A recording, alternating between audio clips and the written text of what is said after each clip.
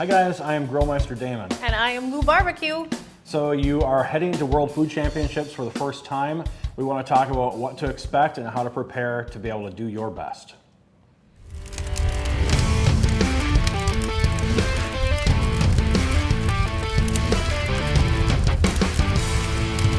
It is so exciting to finally qualify for the World Food Championships. We're really proud of you. We've been doing it for 9 years now, so we just kind of want to share some of our experiences and hopefully it will help you out on your way to the championship. When the aroma of sizzling burgers mingles with the scent of sweet pastries, where world-class barbecue competes with innovative sandwiches, you know you've arrived at the World Food Championships, or WFC for short. But what exactly is WFC? And how can you, as an aspiring chef or home cook, make your culinary mark on this prestigious stage? Here's your introduction to the world's most esteemed food fight. The World Food Championships is a global culinary competition that invites chefs, professional cooks, and even passionate home cooks to demonstrate their culinary prowess. With various categories ranging from barbecue and burgers to dessert and seafood, participants vie for the coveted title of World Food Champion. Each year, the competition is broken down into multiple categories, allowing contestants to showcase their expertise in specific culinary niches. Participants compete within these categories, and category winners then move on to the final round. Here they battle it out for the overall championship title and the grand prize, which often comes with a significant cash reward. Once you've secured your spot in the competition, preparation is key. This isn't just about perfecting your recipe, but understanding the rules, regulations, and intricacies of the category you're competing in. Practice under pressure. WFC is as much about performance as it is about taste. Practice your dish multiple times. That way you can ensure you can execute it perfectly, even under the intense pressure of competition. The atmosphere at WFC is electric. As a competitor, you want to make sure you're networking, engage with your fellow competitors. You'll find a wealth of knowledge, tips, and perhaps even lifelong friends in the process. Stay updated. WFC can have changes to schedules or rules. Ensure you're always in the loop by checking in with the event organizers. And enjoy the experience. Win or lose, competing at WFC is a remarkable achievement. Relish the opportunity and make the most of every moment. Okay, so you guys are heading into the competition. First-time competitors, this can be very, very overwhelming. I've fielded a lot of calls and a lot of emails and messages recently asking what to expect because this is very different from other competition food sport. To us, it's the pinnacle of our entire competition year. We have so much fun at WFC. That's why we decided to make this video for you to show you what to expect. And in 3 weeks' time, we're gonna be down there actually competing once again. So stay tuned for our next video. If you want to see what WFC looks like in the future, we're gonna cover it start to finish. And hopefully we're finishing on top. Yeah, right? that'd be pretty good. Okay, so you arrive at the competition. First thing you need to know is that if you are a kitchen arena competitor, cooking in like bacon, chef, seafood, burger, Sandwich, rice noodle, any of those 9 out of the 11 competition slots, you're going to be placed in kitchen arena, which means that you are going to be cooking inside along all the rest of the competitors in your competition. Everyone is given a 10 by 10 space, basically the size of like a pop-up tent if you're familiar with that in competition. And inside that tent, you have all the space that you need to be able to execute your dish within 1.5 hours. What are we given? We're given stainless steel tables. Stainless steel tables, plenty of those. We got some nice Metro racking. Yep, Metro racks. Got an oven. An oven and a 4-burner range. Yep. There is a microwave, and there is electricity. Yes. So let's talk about the electricity. I've actually got my notes right here so I don't miss a beat. Don't. But the electric is provided for you to be able to utilize small appliances that you can bring yourself. But it is a finite list. If the item is not on this list, you cannot bring it. Don't ask WFC if you can bring something else. If it's not on the list, it is not allowed. What you can have is a blender, an immersion blender, a hand mixer, a food processor, a stand mixer, a waffle iron, an ice cream maker, or a small grinder like a spice grinder or a coffee grinder. Okay, so those are the only appliances that you are allowed to bring. Nothing more. If it's not on the list, don't even consider it. Okay, so You've got your appliances that you can bring. You've got your space that you're offered. WFC also will provide you with some pots and pans. Those come from Gotham Steel. There's a 3 pots. Very nice. They are very nice. There's 3 pots and there's 1 frying pan. However, I'm going to caution you and say that you do not want to rely solely on the items that would be supplied to you to be able to execute your cook. In between all of the rounds of competition, there are fantastic people doing their best to clean up all of the utensils, clean up all the pots and pans, and reset everyone's station, and something might get missed. If you need an 8-quart stock pot, for example, bring it. If you need a cast iron pan, bring it. Absolutely anything that you can bring. Don't rely on chance, thinking that it's going to be in that station, because sometimes mistakes happen, sometimes something might break. You want to prepare yourself so that you don't lose valuable time in that cook. Make sure you bring everything you can. Yeah, and I'm going to warn you that once you use these Gotham Steel pans in competition, you're going to be like Damon and I, and you're going to go home and buy them. So Absolutely you they're very nice. So if you, by all means, use them if they're there, and that way you don't dirty up your dishes. You also need to bring all of your own knives. Those will not be supplied for you. Anything else that you need for mixing, blending, spatulas, scrapers, tongs. Paper towels, wet wipes, anything. Bring it all. Yes. Bring it all. There will be 1 refrigerator that you will have access to in the competition arena, but it's a shared refrigerator amongst numerous competitors. So bringing a cooler with is very handy and definitely advised. And there is also potable water there, so you don't have to run out and grab it, although WFC will tell you that you may lose valuable minutes in cooking if you have to run to the other end of the arena to fill up a pot to boil some water. So if you can bring the water with you, again, bring it with you. Bring it. All right, so you've got all your stuff packed, you know what you need. How do you get it into the space? You're going to pull your vehicle up, you're going to have to unload your vehicle, you're going to have to go to a cook's meeting with all of your equipment or have your sous chef sit with it before you get your space specifically assigned to you. A lot of people will bring, this is ours, a little tote, beautiful wheels on it, easy to cart around. Anything with a wheel is going to help you get that stuff in there quicker. The one thing that I would mention is that if you are flying into the competition, a large tote like this one here can act as checked luggage. We put all of our gear inside of these totes and fly with them to the competition. And I would also suggest loading up your suitcase that you brought with for all of your clothing and putting all of your equipment or groceries in there as well. Again, like Lou said, anything with wheels, bringing that into the competition arena is going to make your life a lot easier. Yeah, that's right. So once you have arrived at Kitchen Arena and you've brought all of your equipment inside, you're going to go to a cook's meeting before you go set up. Cook's meeting is going to take roughly 15 minutes. They're going to remind you of the rules. They're going to remind you of the timeline. They're going to give you your fancy little tray, or it's going to be at your space, and they're going to tell you where you need to go and set up. Then they're going to give you time to get all of your equipment in there, get everything placed where you want it to be. No active cooking. You're going to hear that so much. So yeah, you're going to pull everything in. You're going to get everything set up. Have your sous chefs help you. You can have other people help you. Anyone can help you get your stuff into that space. They want you to get in there quickly, get set up, and get ready to go. Your timeline is going to be extremely important, though. You've got to prepare every single minute that you go to World Food Championships. The minute that you go to that cook's meeting, you're going to have 15 minutes in that meeting where Lou said you'll go over the rules.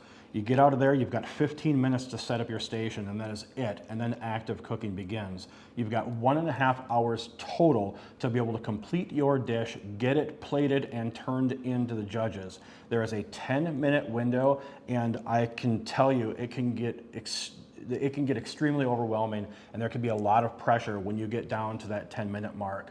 You've got to plate those trays, you've got to get them in. If you head to that table and it is not down when the timer goes off, you have wasted an entire trip. And I'll tell you, We've seen it happen. We see it, I wouldn't say all the time, but we've seen it happen occasionally over the years. Even former champions, people who have done this for a long, long time and you think should know better, you get overwhelmed with all of the crowds and people yelling, and you just get in this zone and you tune it all out and you're focusing on this dish and not focusing on that clock.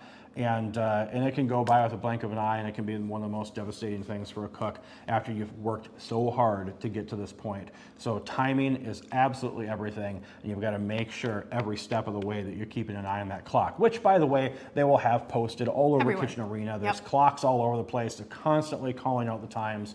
So as long as you're aware of where you are, you should be really fine. And you are going to become best friends with what they call the chefaries, Oh, yeah. which are the wonderful volunteers in the cute little referee shirts, black and white stripe that says chefarie on the back. They will be helping to make sure your power is working right. You have everything you need. And when you go to turn in, they are going to be blowing those whistles and making sure everybody gets the heck out of your way so you can make it in on time. There's literally a red carpet leading right up to the turn-in table. Yeah. And even if you're on the other side of the arena, it is like parting the Red Sea. So People cool. will get out of the way. They are parting the crowd to make sure that you come in, because every competitor that turns in, all eyes will be on you. And it can be a really exhilarating and fun experience. It's too. really cool. It's really fun to walk It down is. that red carpet, have those whistles blowing, and it's very fun.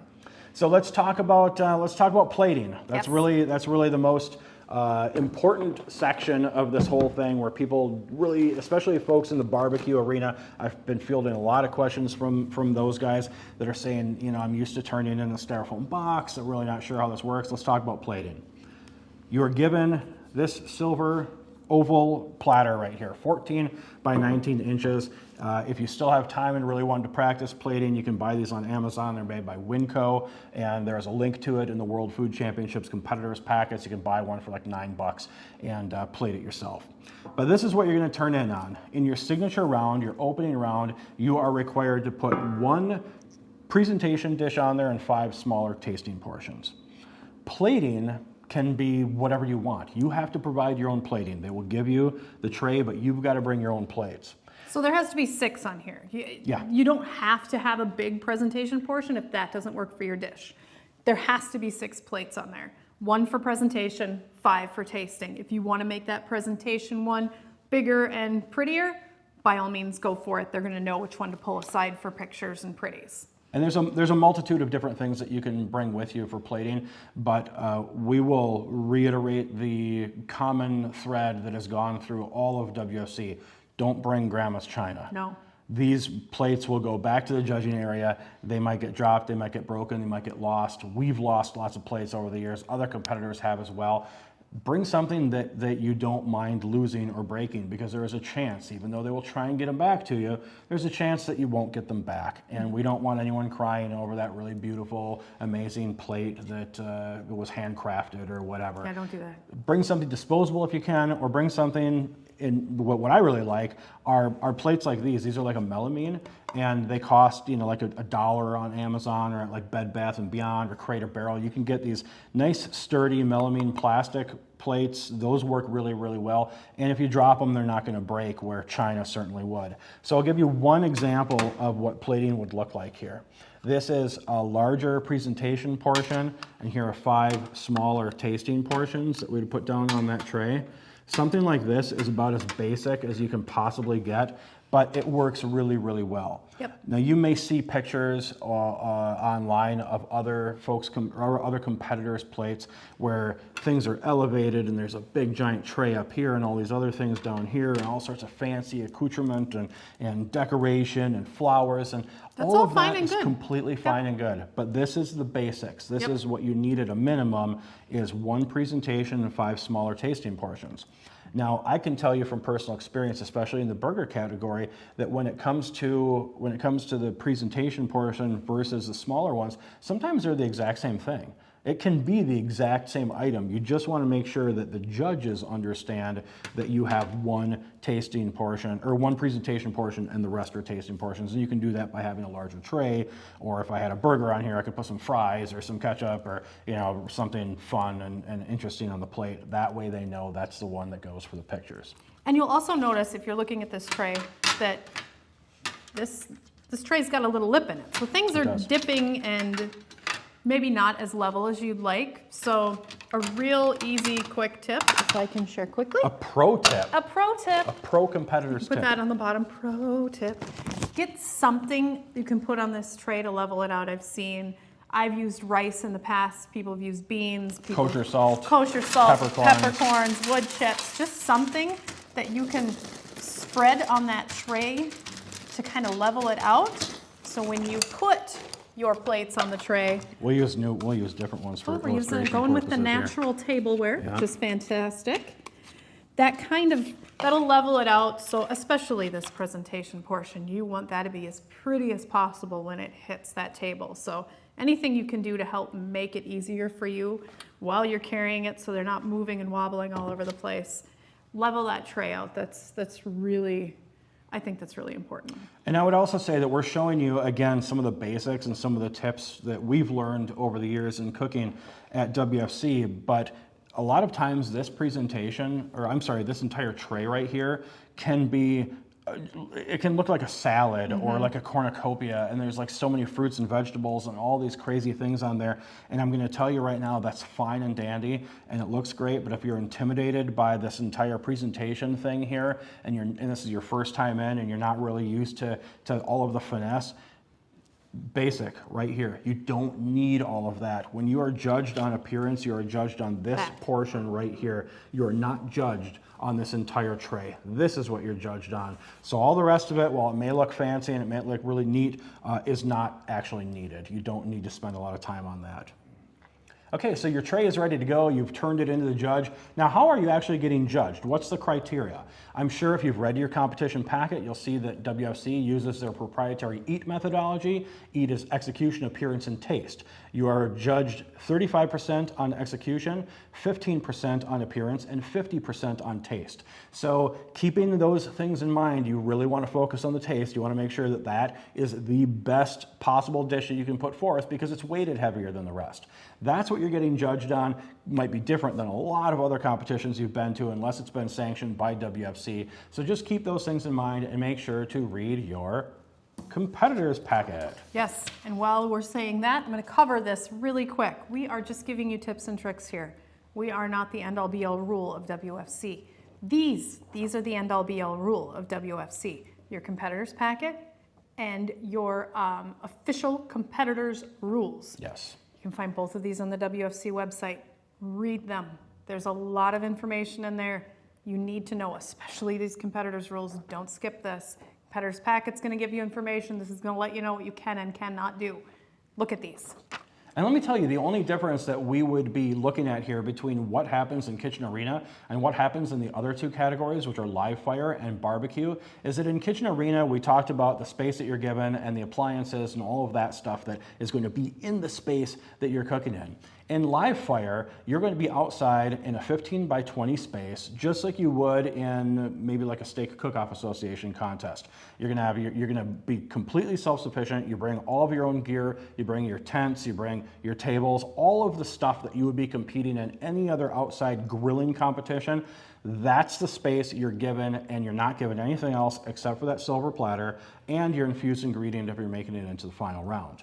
With barbecue, you should know this, but again, if you don't, you are not cooking in Kitchen Arena either. You are cooking in your specific space. You've got a 20 by 15 space, something like that, that you are given in barbecue, but you are still required to turn in on the silver platters like this. You still have to have one appearance portion and 5 smaller tasting portions. I've fielded a lot of questions, especially for a lot of new barbecue guys that came in through the Famous Dave's All-Star Barbecue Series this year. And I'll tell you, if you're used to doing KCBS or MBN and you're turning your product in a box, that's just simply not going to fly here. You can look at pictures online from other competitors in previous years, and you can see what their plating looked like. But even if you're doing brisket, ribs, or chicken, you still want to elevate those dishes. You don't just want it to be meat on a plate. Do something a little fancy with it. You know, put a couple of other ingredients in there. Make something that you could feel is a bit of a composed dish, or at least something with your sauces and your seasonings and maybe a little bit of toppings, because those EAT methodology scores are going to go way beyond what you would think in a regular barbecue competition, where they're taking into account what you told them on your recipe card, what your description of your dish was, and they want to be able to see that come through. So very, very important to know that even though you might not be in Kitchen Arena, if you're in those live fire cooking or barbecue arenas, you still have to do the exact same presentation. You have to think about it the same way as any other competitor would, no matter what category you are in. So just a few other quick little tips and tricks. Obviously, we're going to be in Dallas again this year. This will be our third or fourth year in Dallas? Fourth, maybe? Fourth year in Dallas. So we've become very familiar with the area around Dallas and where the World Food Championships is. Grocery stores are a big, big thing when you're competing, and we have a big, big, big suggestion for you. We look forward to this every year. It's our favorite supermarket in the entire universe. It is Central Market on Lovers Lane. Yes. It is the one-stop shop for you to be able to pick up the majority of your ingredients. I can tell you at any given time during WFC week, you can walk into that store and you're going to find a host of World Food Championships competitors because it is a fantastic place to shop. You've got everything from fresh meats and seafood to bakery, all the staples. You've got to definitely check out that Central Market. And for basic pantry items, there's Tom Thumb in the area, great stores. There's other HEBs, but definitely put that Central Market on your radar. It's only about a 15-minute drive from Fair Park. And don't forget about Walmart. Walmart as well. Lots of Walmarts and Sam's Clubs to be able to get all sorts of items. Yeah. All of your staples, all of the pantry items, and let's not forget, honestly, Sam's Club is a huge sponsor of WFC. We do everything that we can to be able to support them and shop there when we are in competition as well. And if you're lucky enough to get into that one bite challenge, that might happen if you're in slot number 5 or 6. 6 or 7. 6 or 7. Yes. Then you'll be utilizing all of your ingredients specifically from the Sam's Club pantry, which are fantastic products. I can say so from experience because I had to do the one bite challenge at the Sam's Club World Headquarters last year when I was at the final table. So it's a really fun, exciting opportunity with the public to get involved as well. So lots of opportunities to shop. Couple other things that we had mentioned, just being able to get in and out of Fair Park when you're down there. Expect to come down for the day, even if you are not competing. If your competition doesn't start for a couple of days and there's a round or two ahead of you, go down there, spend the time, learn the lay of the land. Watch a competition, see what the judging procedure looks like, see what the cook's meeting looks like. The more you can be prepared and the more you can actually watch other competitors do their thing. I mean, it's a spectator sport, it really is. There's barricades up and you'll be able to get really, really close to the action. Go down there and check it out and get to know other people. I think one of the biggest disservices that you can do to yourself is to say, I'm only going to show up for the competition and I'm going to leave. Yeah, don't do that. Because there is a world of activity going on at WFC and it's a ton of fun from start to finish. Well, I hope we at least covered some of the basics here for you. You've got a little better idea as to what to expect going into World Food Championships. And I have to tell you, on a personal note here, why I mentioned earlier that this is the absolute tops for us, the pinnacle of food sport every single year, isn't just about the fact that you're going down there to show off your skills and to win some awards, hopefully, and really, hone your craft. It's about the relationships that you build and the people that you see and the experiences that you have when you're at World Food Championships. We have met some of our best, most dearest friends that we have today from food sport and from World Food Championships, and we have competition friends all over the world, certainly at this point, that we may only see once a year, and we see them there, and it's like a big, giant World Food Championships food sport family reunion. And it is, it's just absolutely special to us. It has been since day one, and we really hope that it will be for you as well. Yeah, welcome to the family. Be sure to stop by and say hi to Uncle Damon when you're there. That's right. So I guess as always, we will see you around the kitchen arena. Good luck.